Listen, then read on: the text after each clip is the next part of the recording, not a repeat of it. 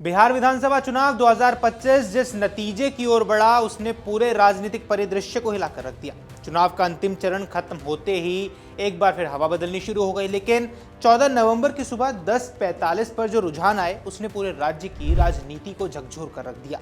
महागठबंधन 54 सीटों पर सिमटा हुआ नजर आ रहा था और एनडीए 185 सीटों के साथ प्रचंड बहुमत की ओर तेजी से बढ़ रहा था। सबसे बड़ा झटका यह था कि तेजस्वी यादव महागठबंधन का जो चेहरा है, सबसे बड़ा युवा नेता है और जिन्हें इस बार मुख्यमंत्री पद का सबसे मजबूत दावेदार भी माना जा रहा था, वो खुद अपनी सीट राघोपुर से उस समय पीछे चल रहे थे। ये सिर्फ एक हार नहीं थी, ये जनता का एक बड़ा संदेश भी था कि महागठबंधन को हराया नहीं गया है बल्कि पूरी तरह से नकार दिया गया है। लेकिन कौन से कारक थे जिन्होंने एक महीने पहले तक बराबरी की टक्कर बताई जा रही इस लड़ाई को इस कदर एक तरफा बना दिया? कौन सी गलतफहमियां महागठबंधन ने की और कौन सी रणनीतियां एनडीए ने सफलतापूर्वक लागू की? जवाब इसके कई हैं, गहरे, राजनीतिक और मनोवैज्ञानिक। तो आइए उसी कहानी को विस्तार से समझते हैं। नमस्कार, आप देख रहे हैं अमर उजाला और मैं हूं आपके साथ साहिल सुयाल। सबसे पहले बात कर लेते हैं यादव टिकटों की बाढ़ के ऊपर, क्योंकि तेजस्वी के चुनावी रणनीति का ये सबसे बड़ा स्वघात था। इस साल आरजेडी ने 144 सीटों पर अपने उम्मीदवार उतारे और उनमें से 52 यादव प्रत्याशी थे, यानी लगभग 36%। यह संख्या 2020 के मुकाबले कई ज्यादा थी, जब यादव प्रत्याशी 40 थे। तेजस्वी की यह रणनीति यादव एकीकरण पर आधारित थी, पर नतीजा उल्टा निकला। बिहार की राजनीति जातीय समीकरणों पर ही चलती है। आरजेडी का कोर वोट बैंक यादव और मुसलमान है, लेकिन 52 यादव टिकटों ने एक भय पैदा कर दिया कि कहीं फिर यादव राज ना आ जाए।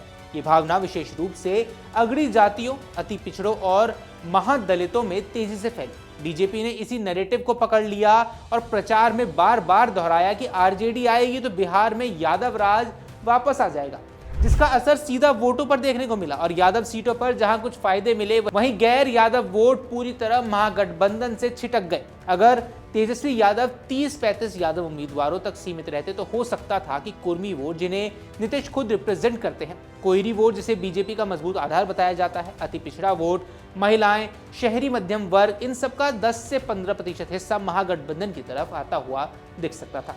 यही रणनीति अखिलेश यादव ने 2024 के लोकसभा चुनाव में भी अपनाई थी। सिर्फ 5 यादव उम्मीदवार उतारे, बाकी टिकट पिछड़ों और स्वर्णों को दिया। नतीजा, एसपी ने इतिहास रचा और तेजस्वी यहां मात खा गए। दूसरा है सहयोगी दलों को बराबर का सम्मान की जगह न देना।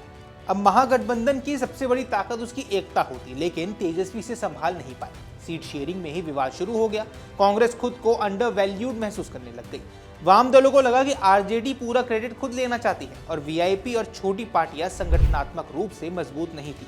तेजस्वी की रणनीति बहुत आरजेडी केंद्रित थी। उन्होंने महागठबंधन का घोषणा पत्र भी अपने नाम पर रख दिया, तेजस्वी प्रण, जिससे सहयोगियों को लगा कि वे सिर्फ बैकग्राउंड का हिस्सा है। यहां तक कि रैलियों के पोस्टरों में तेजस्वी की तस्वीर का बड़ा होना, राहुल गांधी वाम नेताओं की तस्वीरों का छोटा होना, कई पोस्टरों में तो कुछ साझेदारों की तस्वीरें गायब भी रही।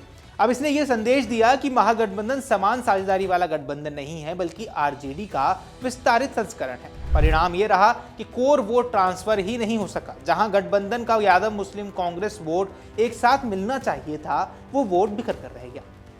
तीसरा है तेजस्वी के वादों पर ब्लूप्रिंट की कमी, यानी इससे अविश्वास बढ़ गया। अब तेजस्वी यादव ने इस चुनाव में वादे तो बड़े किए, हर घर को एक सरकारी नौकरी, शराबबंदी की समीक्षा, महिलाओं को आर्थिक सहायता, किसानों के लिए स्कीम, पेंशन योजनाएं, लेकिन हर जनसभा में एक ही सवाल उठता, पैसा कहां से आएगा? तेजस्वी का जवाब हमेशा यही रहा, 2 दिन में ब्लूप्रिंट लाएंगे। पर वो 2 दिन चुनाव खत्म होने तक नहीं आए। मतदाताओं को लगा कि ये वादे अच्छे हैं, पर सिर्फ वादे हैं, यथार्थ नहीं। खासकर युवा मतदाता जिनके कंधों पर बेरोजगारी का बोझ है, वो ठोस योजना चाहते थे, सपनों का पुल नहीं। यहां पर चौथा है महागठबंधन पर मुस्लिम परस्त छवि हावी हो गई। यही महागठबंधन से सबसे बड़ी रणनीतिक चूक भी हुई है। मुस्लिम बहुल सीटों पर जरूर फायदा मिला, पर बाकी राज्य में इस छवि को नुकसान हुआ है। खुद यादव जाति के वोटरों में असंतोष दिखा, क्योंकि कई बार उन्हें लगा कि तेजस्वी मुस्लिम अपीजमेंट में कुछ ज्यादा आगे जा रहे हैं। खासकर वक्फ बोर्ड बिल लागू न करने का वादा यादवों के एक हिस्से को पसंद नहीं आया। बीजेपी ने इस विषय को तुरंत भुनाया। लालू यादव का संसद में दिया पुराना भाषण वायरल कराया, जिसमें वे वक्फ बिल के मुद्दे पर सरकार पर हमलावर थे। यही नैरेटिव ग्रामीण इलाकों में तेजी से फैल गया। पांचवा है लालू की विरासत को लेकर तेजस्वी का भ्रमित रवैया। ये चुनाव साफ कर गया है कि तेजस्वी यादव अभी भी इस सवाल से जूझ रहे हैं कि लालू प्रसाद की विरासत को पूरी तरह अपनाएं या उससे दूरी बनाकर नई पीढ़ी के नेता बने। वे बीच में फंस गए हैं। उन्होंने लालू यादव के सामाजिक न्याय वाले एजेंडे को अपनाया, परंतु जंगल राज वाली छवि से दूरी भी दिखाना चाहिए। इसी कारण चुनावी प्रचार में पोस्टरों में लालू की तस्वीर बहुत छोटी रही, रैलियों में लालू का उल्लेख कम किया गया, पब्लिक मीटिंग में नई पीढ़ी का मंत्र ज्यादा था।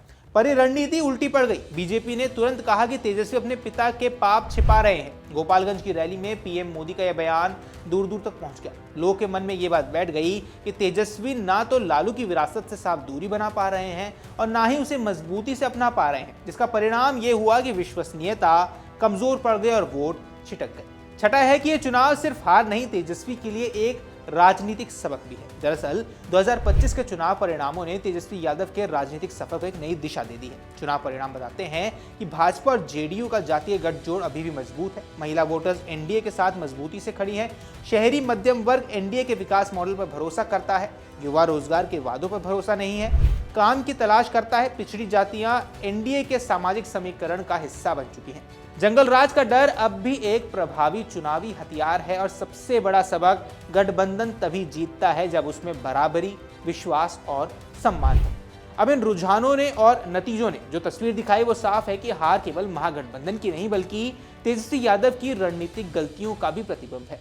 यादव टिकटॉक की भरमार, सहयोगियों को सम्मान न देना, वादों का ठोस ब्लूप्रिंट न देना, मुस्लिम अपीजमेंट का आरोप, लालू की विरासत को लेकर दुविधा, एनडीए का जंगल राज नरेटिव, महिलाओं का भारी झुकाव एनडीए की ओर, जातीय वोटों का बिखराव, इन सभी तत्वों ने मिलकर वो माहौल बनाया जहां महागठबंधन पीछे रह गया। तेजस्वी के लिए चुनाव एक सीख बनकर आएगा कि राजनीति सिर्फ ऊर्जा और नारों से नहीं जीतती। विश्वसनीयता, संतुलन, गहरे सामाजिक समीकरण और सहयोगियों के सम्मान से जीत मिलती है। ये हार तेजस्वी का अंत नहीं बल्कि उनके राजनीतिक सफर का एक नया मोड़ है। अगर वे अपनी गलतियों से सीखें, रणनीति बदले और सामाजिक संगठनात्मक आधार को मजबूत करें तो अगला चुनाव पूरी तरह एक अलग कहानी लिख सकता है। बाकी आपकी जो कुछ भी राय इस पर है हमें कमेंट बॉक्स पर जरूर बताएं। फिलहाल इस वीडियो में इतना ही। नमस्कार। अगर आप ये वीडियो YouTube पर देख रहे हैं तो हमारे चैनल को सब्सक्राइब कर बेल आइकन दबाएं और Facebook पर देख रहे हैं तो हमारे पेज को लाइक करें।